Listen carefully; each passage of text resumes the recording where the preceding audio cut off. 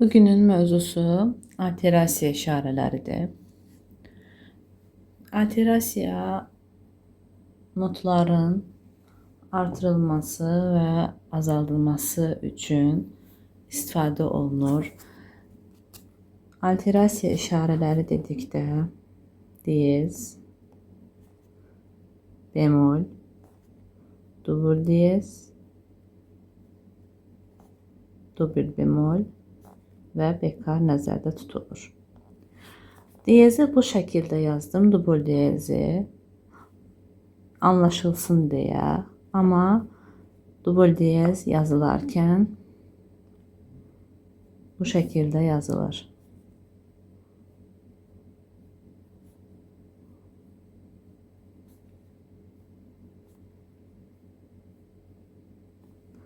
Dubl diyez notu bir ton artırır, zilləşdirir.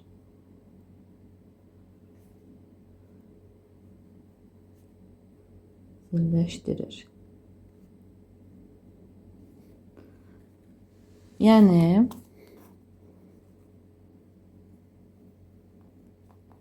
olacaqsa do, bu do dubl diyezdir. Yəni do'dan bir ton yuxarıya doğru hərəkət olunur. Bu da təsadüf edəcək re'yə. Daha sonra diyez işarəsi. Bu notu yarım ton artırır. Yəni zilləşdirir.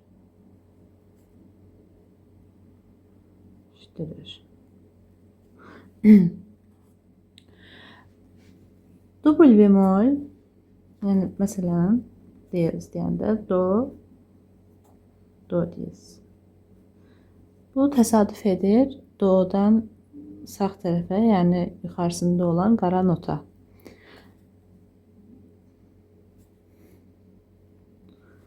Dubl bemol bir ton bəmləşdirmək deməkdir. Yəni hansı notun qarşısında dubl bemol varsa, o irəliyə doğru yox, geriyə doğru bir ton məsafədə getməlidir. Bir ton bəmləşdirir.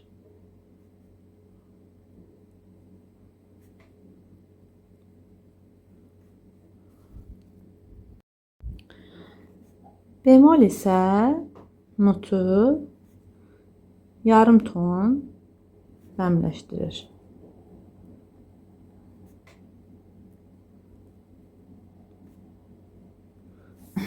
Məsələn, burada yazaq do dubl bemol, do bemol. İndi belə bir məsələ var ki, bekar. Bekar, yəni tutaq ki, bekar yarım ton işarəni ləğv edir. Yəni yaranmış alterasiya işarəsini ləğv etmək gücünə malikdir. Amma belə bir şey var da. Məsəl üçün biz yazırıq ki,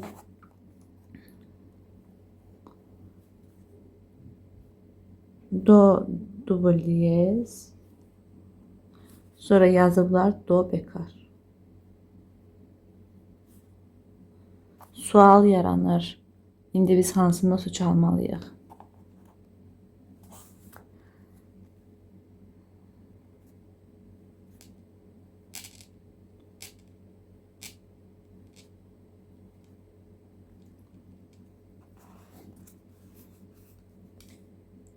Mən indi izah edəcəyəm hansı notu çalmaq lazımdır.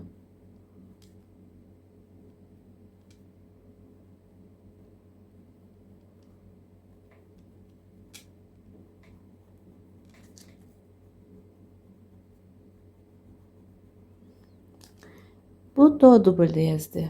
Buradaki do dubl diyez. Bu do olduğu için do dubl diyez bura düşür. Bu nota düşür. Karşısında yazıb do bekar. Bu zaman biz təmiz do çalmırıq. Nəyə görə? Çünki Do dubl diyez,